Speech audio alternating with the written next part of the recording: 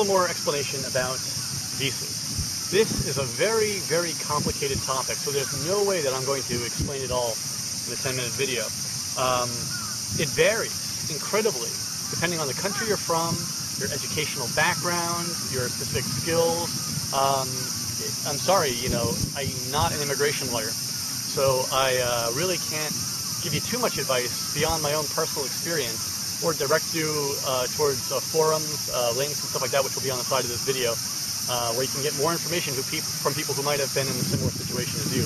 But it's impossible for me to give you an explanation that will cover every single person's background and interests, because it's too complicated. So you're going to have to do some research on your own if you're really serious about getting a visa, which you should be doing other than just getting your information from me, God knows. That said, anyone who has any better information than me, or anyone who thinks I made a mistake in the video, please feel free to put in the comment section whatever you've heard. Most information about visas really comes from just barroom conversations with other gaijins, because the Japanese visa system, unlike some countries that have a point system, does it really case by case. They review your paperwork and they decide on the merits of the individual case, unlike, say, for example, Canada, which has a point system, and you can pretty much know, like, based on your educational background exactly, or if you have relatives there, or if you speak the language, how many points you get, and over a certain amount of points, you're allowed to immigrate. Anyway, first and most basic type of visa is the tourist visa. The majority of countries, except for maybe places like North Korea, can visit Japan without a special visa. You can get a tourist visa when you arrive in the country. That's good for 3 months, and that's it.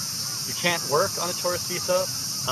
You can't be employed on a tourist visa, although I have heard of people working illegally on the tourist visa. I don't recommend it because you can be blacklisted and banned from the country.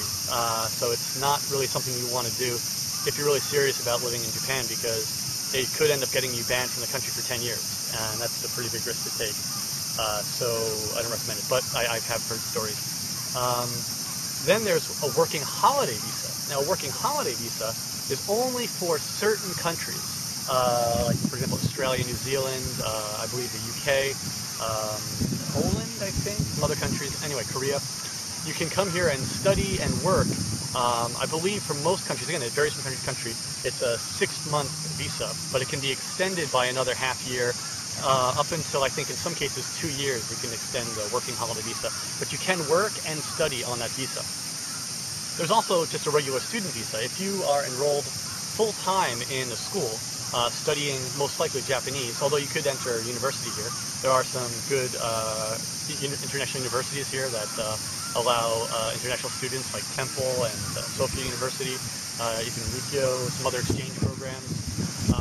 But if you're a full-time student, you can get a visa for being a student, which is, I think, pretty good deal if you've got the money. That's the key. It's expensive because you're going to be paying tuition, living expenses, and I believe there's a pretty low limit on the number of hours, if any, you're allowed to work on a student visa. I'm not entirely sure of the rules about student visas, so if anyone else has any experience with that, please, as I said before, in the comment section, or recommend some links I can put in the side of the screen.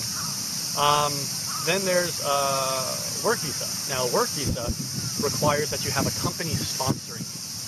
This is a kind of chicken and the egg situation where you're not going to get,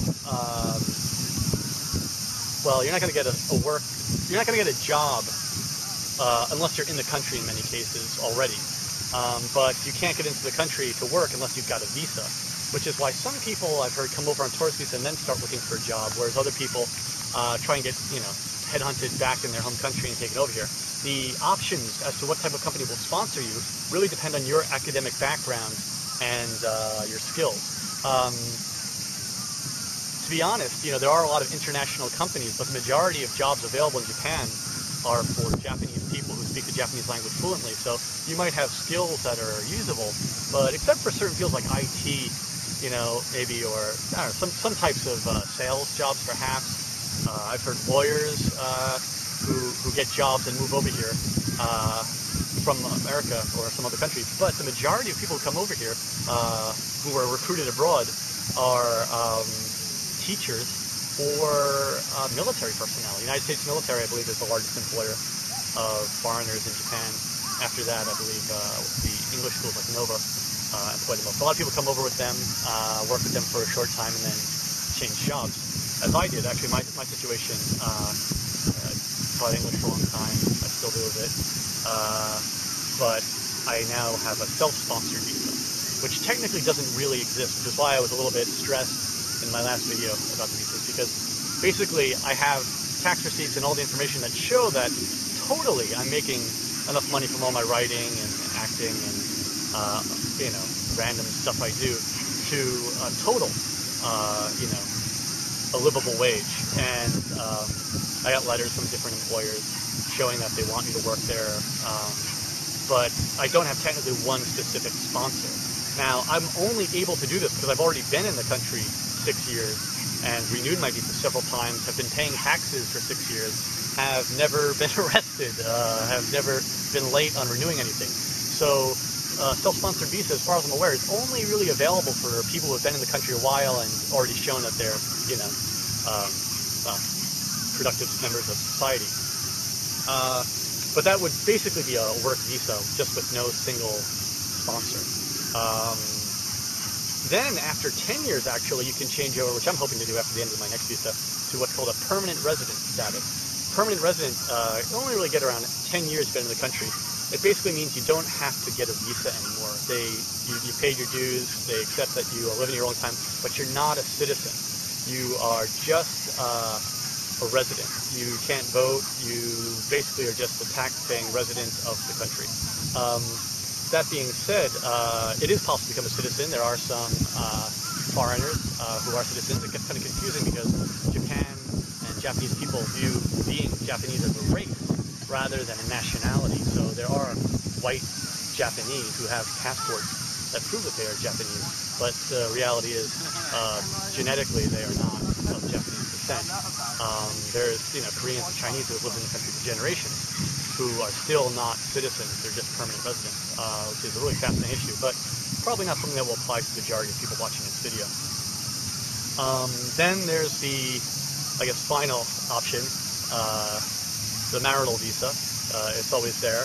I recommend that you marry someone that you love, not for a visa, although I'm sure that has been done. The marriage visa doesn't make you a citizen automatically. It makes you, again, as I said, basically a resident. It's kind of complicated. There's a lot of paperwork you gotta do. You gotta be really careful with the paperwork too. And you also gotta seriously think if you want your whole life and legality to rest in the hands of your spouse, who may be very angry at you at some point in the not too distant future and hold your, visa status in his or her hands. But I mean, it's a legal question, really, not one of love, the marital visa. You can get married and still not depend on your spouse's visa as long as you're employed. That's basically the rundown of the whole visa situation. One more thing on the citizenship thing. Japan does not allow dual citizens.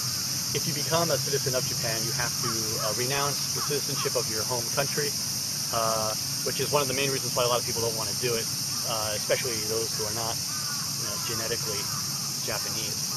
They want to hold on to some legal links to their home country in case something happens in the future. But that being said, Japan, in my opinion, is pretty welcoming. Refugees are a sore point because basically, it's impossible, almost impossible to get a refugee status. And actually, as a last note, sorry to all those people who are 15 years old and getting teased because they like Naruto a lot. That is not reason enough to get refugee status in Japan. So what I recommend is you finish university, get a 4-year degree, some skills, maybe some language ability, and then move here when you get a job. Don't rush it. Life is long. You got plenty of time. So anyway, hope that answers some questions. Good luck for any of you who are moving here.